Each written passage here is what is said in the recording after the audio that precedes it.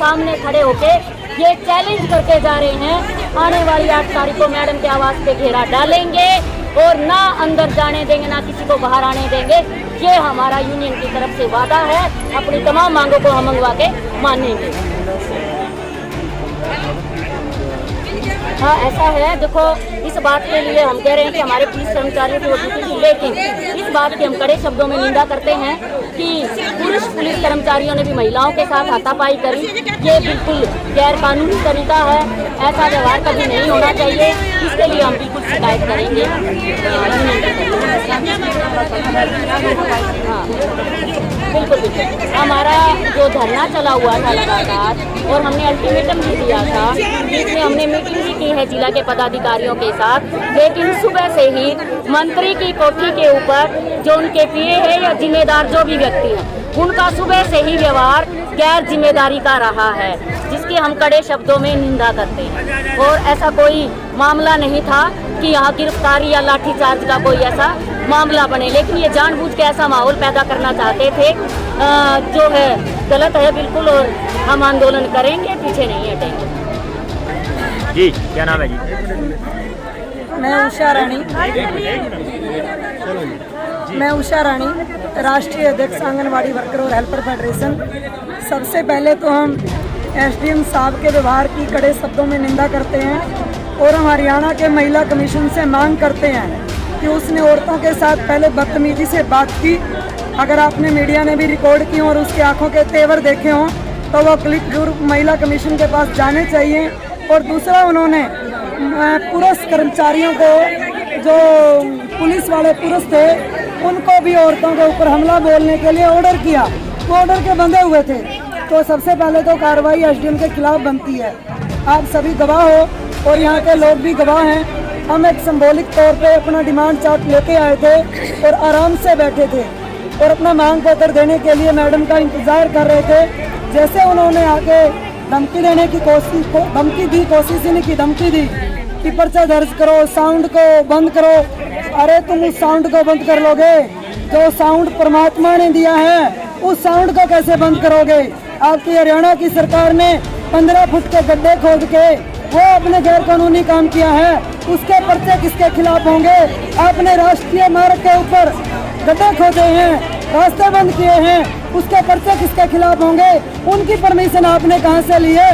आप मजिस्ट्रेट हैं, न्यायिक जांच के आदेश दीजिए ना। सड़क किसने खोदी है, उनके खिलाफ पर्चे दर्ज कीजिए, फिर हमसे बात कीजिए। मैडम, कुछ पुलिस कर्मियों द्वारा लेडीज जो वर्कर थी उनपे कुछ मतलब उनके धक्का देके पीछे हटाया, कुछ उनको मतलब कि जैसे धक्का देके उनके कपड़े फटे। कहाँ तक सही है? ये बिल्कुल सही बात है, कहाँ तक कि पूरी सही है। औरतों के कपड़े फटे हैं, कान की टूम चली गई है, पैरों से जराब निकल गई है। आप गवाह, कैसे उन्होंने पकड़ के घसीटा है। और तो यहाँ तक मतलब आप देखो कि यहाँ तक चले गए हैं, तो इससे घटिया और क्या हो सकती है। और सबसे बड़ी दुख की बात है, अगर मजिस्ट्रेट की गैर हाजिरी में ऐसा निंदनीय कार्रवाई हो तो हम मान जाते हैं कि मजिस्ट्रेट ने हुक्म नहीं दिए। ये निंदनीय कार्रवाई करने के लिए मजिस्ट्रेट ने हुक्म दिए और अपनी हाजिरी में ये घिनौना काम करवाया, तो सबसे पहले कार्रवाई ये मजिस्ट्रेट के खिलाफ बनती है और हरियाणा के वुमेन कमीशन की जिम्मेवारी बनती है कि ऐसे मजिस्ट्रेट के खिलाफ कार्रवाई की जाए। आप कहीं शिकायत करेंगे? हम इसकी शिकायत करेंगे, क्लिप के साथ करेंगे। और शिकायत किसके पास जाएगी? इन्हीं के तो है, पर आप ही लोग एक तीसरा स्तंभ जो जनता की आवाज, और आपके जरिए पूरे हिंदुस्तान में ये आवाज जाएगी। एक मजिस्ट्रेट ने अपनी हाजिरी में पुरुषों से औरतों पे हमला करवाया और आप लोग उसके गवाह। धन्यवाद। प्रेस प्रवक्ता सर्व कर्मचारी संघ हरियाणा। आज आंगनवाड़ी वर्कर्स और हेल्पर्स का मंत्री 20 इन्होंने अपने मांग पत्र पर बातचीत की थी। उसके बाद मंत्री जी ने टाइम देने के लिए बात की थी कि 10-15 दिन के बाद मांग पत्र को स्टडी करके मैं दोबारा से बुलाऊंगा। आज ये सिर्फ दोबारा से टाइम लेने के लिए ही आए थे कि ये चाहते थे कि मंत्री जी डायरेक्टर महोदय से बात करके और मांग पत्र पर बातचीत के लिए टाइम देते।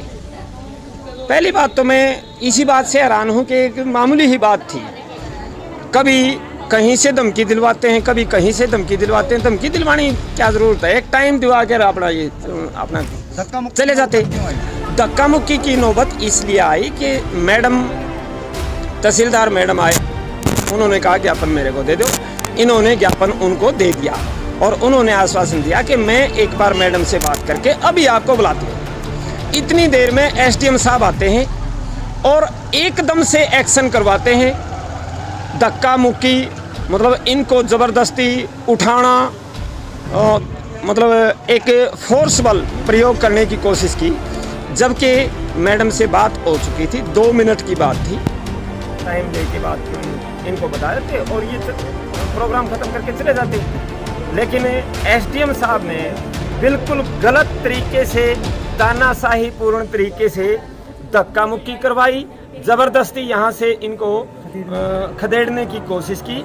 इसका हम सर्व कर्मचारी संघ की तरफ से, जिले के सभी कर्मचारियों की तरफ से एसडीएम साहब की इस कार्रवाई की कड़े शब्दों में निंदा करते हैं और ये चेतावनी भी देना चाहते हैं कि एसडीएम साहब आगे से अगर कोई ऐसी कार्रवाई करने की कोशिश की तो हम जिला प्रशासन के खिलाफ ही आंदोलन का भी रूप बता देंगे। ये कोई बात नहीं होती। किसी को शासन होता है, मीडियोकर है प्रशासन, किसी को और प्रशासन को समझदारी से काम लेना चाहिए।